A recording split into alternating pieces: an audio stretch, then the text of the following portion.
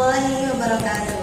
Selamat pagi anak-anak. Bagaimana kabar kalian hari ini? Sehat ya? Tetap jaga kesehatan, jaga kebersihan, dan patuhi protokol kesehatan. Tetap mencuci tangan pakai sabun dan air mengalir, memakai masker, dan menjaga jarak. Semoga kita senantiasa mendapatkan perlindungan dari Allah Subhanahu wa Ta'ala. Amin ya rabbal alamin. Anak-anak, kita lanjutkan pembelajaran hari ini ya. Walaupun kita masih daring, kita harus tetap semangat belajar, sabar dan ikhlas menjalankan pembelajaran, menjalankan tugas, dan tetap berdoa ya anak-anak. Kali ini Ibu akan menceritakan kisah tentang Nabi Ismail. Di dalam surat Al-Kautsar ayat 2, Allah memerintahkan manusia untuk sholat dan berkorban. Fasholli lirabbika wanhar, maka sholatlah dan berkorbanlah. Dari mana cerita itu? Kita ambil dari cerita Nabi Ismail. Awalnya dari pernikahan Nabi Ibrahim dengan Sarah, tidak memiliki seorang keturunan sampai usia Nabi Ibrahim sudah tua. Kemudian atas izin Allah dan atas saran dan redo dari seorang istri Sarah menyarankan untuk menikahi Hajar.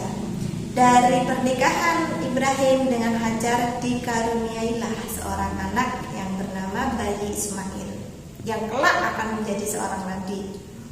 Kemudian setelah kelahiran Bayi Ismail, Nabi Ibrahim dan Hajar beserta Bayi Ismail mengajak hijrah dari Palestina menuju ke kota Mekah, kota padang tandus itu ya. Kemudian dari situ Nabi Ibrahim tinggal beberapa lama dengan mereka. Setelah itu Nabi Ibrahim mendapatkan perintah dari Allah untuk meninggalkan Hajar dan Ismail di padang tandus itu. Sebetulnya awalnya Hajar ragu karena hanya berbekal sedikit dan mereka ditinggalkan berdua di padang tandus itu.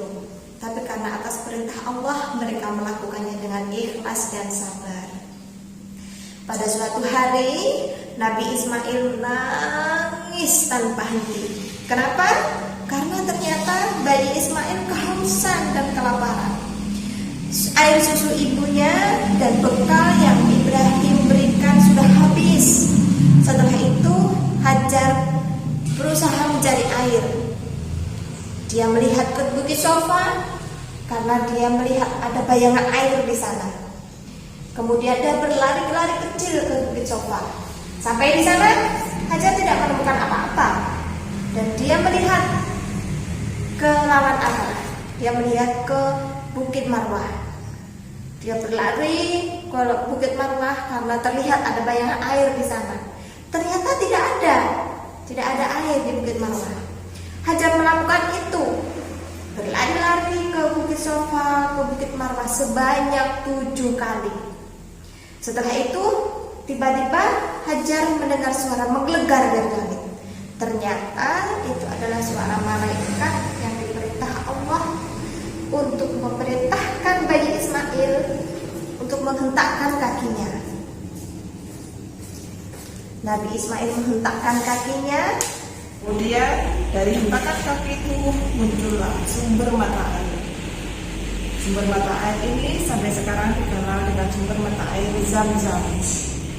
Anak-anak, dari kisah itu ketika Ibu Hajar berlari-lari kecil dari Bukit Sofa kemudian ke Bukit Marwah sebanyak 7 kali, itu sampai sekarang dijadikan perintah Allah ketika menunaikan ibadah haji, yaitu yang disebut dengan sa'i.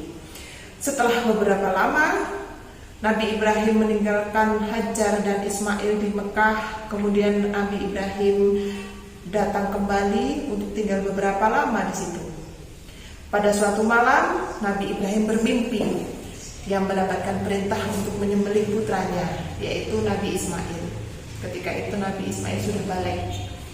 Kemudian mimpi itu terulang selama 3 kali berturut-turut. Keesokan harinya Nabi Ibrahim bingung, bagaimana saya menyampaikan ini, bagaimana saya harus berucap kepada putraku.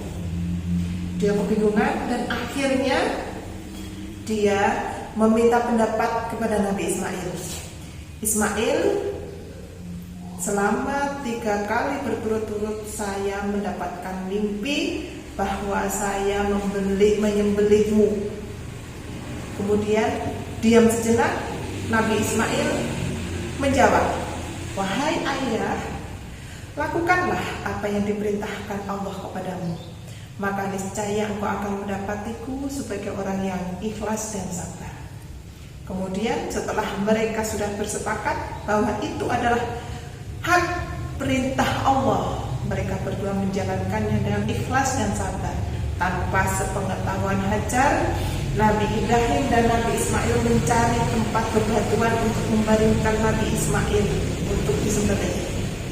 Di suatu tempat itu, Nabi Ibrahim berdoa, benarkah ini adalah perintah Allah? Jika memang iya, akan dilaksanakannya penyembelihan antara Nabi Ibrahim yang menyembelih putranya yakni Nabi Ismail. Kemudian iblis pun datang. Waktu bersamaan si iblis datang dan menggoda Nabi Ibrahim. Jangan dilakukan, dia adalah anakmu, dan begitu seterusnya. Tapi karena ketaatan Nabi Ibrahim dan Nabi Ismail, mereka berdua tetap menjalankan perintah Allah. Ketika Nabi Ismail sudah berbaring di bebatuan besar, sudah siap parangnya mau disembelih, kemudian suara menggelegar dari langit lagi. Ternyata itu adalah suara malaikat Jibril yang diutus oleh Allah untuk menyampaikan wahyu dan menghentikan penyembelihan Nabi Ibrahim kepada Nabi Ismail. Hentikan Nabi Ibrahim. Kemudian dengan atas izin Allah, atas kesabaran yang dilakukan Nabi Ibrahim dan Nabi Ismail dan ketaatannya kepada Allah Subhanahu wa taala, kemudian Allah menggantikan kurban Nabi Ismail itu dengan seekor domba yang gemuk dan besar. Kayak inilah ketika Nabi Ibrahim akan menyembelih Nabi Ismail, Allah menggantikannya dengan domba yang besar. Tatkala keduanya telah berserah diri dan Ibrahim membaringkan anaknya di atas pelipis bebatuan yang besar, nyatalah kesabaran keduanya. Dan kami panggillah dia, hai Ibrahim, sesungguhnya kamu telah membenarkan mimpi itu. Kemudian sungguh benar-benar suatu ujian yang nyata, dan kami tebus anak itu dengan seekor sembelihan yang besar. Kami abadikan untuk Ibrahim itu pujian yang baik di kalangan orang-orang yang datang kemudian. Kesejahteraan dilimpahkan atas Nabi Ibrahim. Demikianlah atas kesabaran Nabi Ibrahim dan Nabi Ismail, Allah menggantikan pengorbanan mereka dengan seekor domba. Dan pada akhirnya Nabi Ismail kelak dewasa, dia akan menjadi seorang rasul. Anak-anak, itulah kisah sedikit dari Nabi Ismail yang sampai sekarang menjadi tauladan yang kita lakukan setiap pada bulan Idul Adha. Kita menyembelih hewan kurban, kita merayakan hari raya Idul Adha.